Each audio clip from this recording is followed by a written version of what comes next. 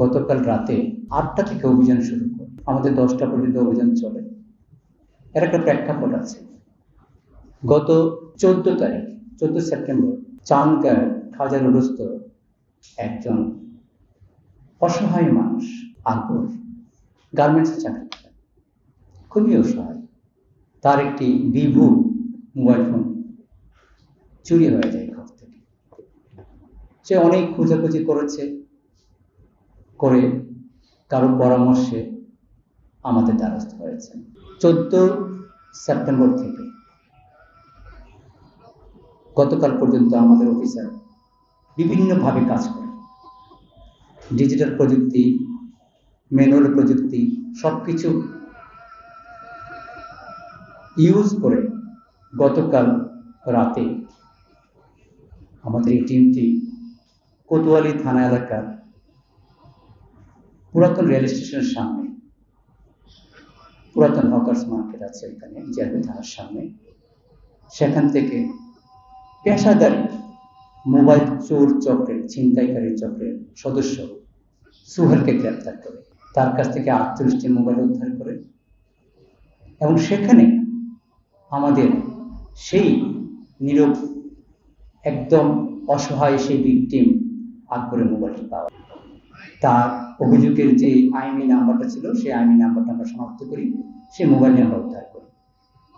মোট 48টি মোবাইল আমরা সোহেলের কাছ থেকে তাৎক্ষণিক উদ্ধার করি। তারপর ওর সাথে কথা বলে ওর কাছ থেকে আরো তথ্য নিই। তথ্য নেওয়ার পরে আমাদের অফিসাররা আবার অভিযানে বের হয়ে যায়।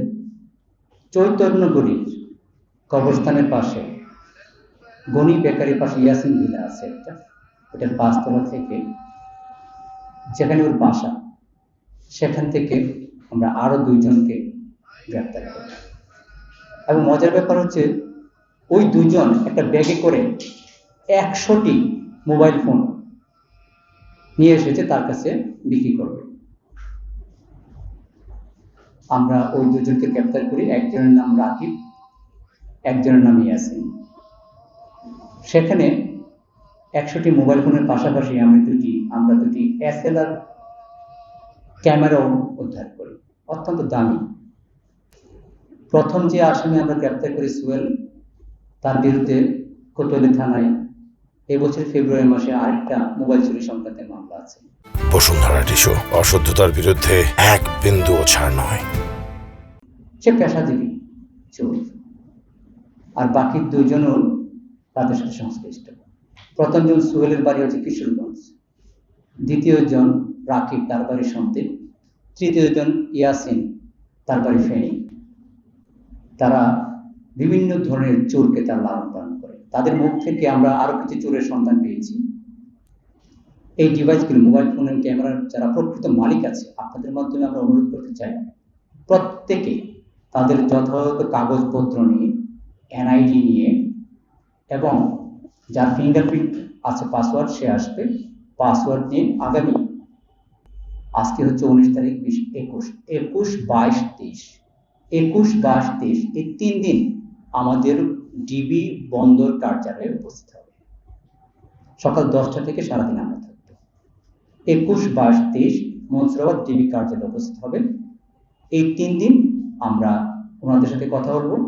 আমাদের কাছে আদালতে প্রেয়ার দেওয়ার জন্য ফরম্যাট থাকবে। ওনাদেরকে আমরা কোনোভাবে কষ্ট দিতে চাই না। আদালতে গিয়ে এটার জন্য আবেদন করতে হবে, আদালত মঞ্জুর করলে এটা ফেরত দেবে, আমরা সেই কষ্ট আমাদেরকে দেব না।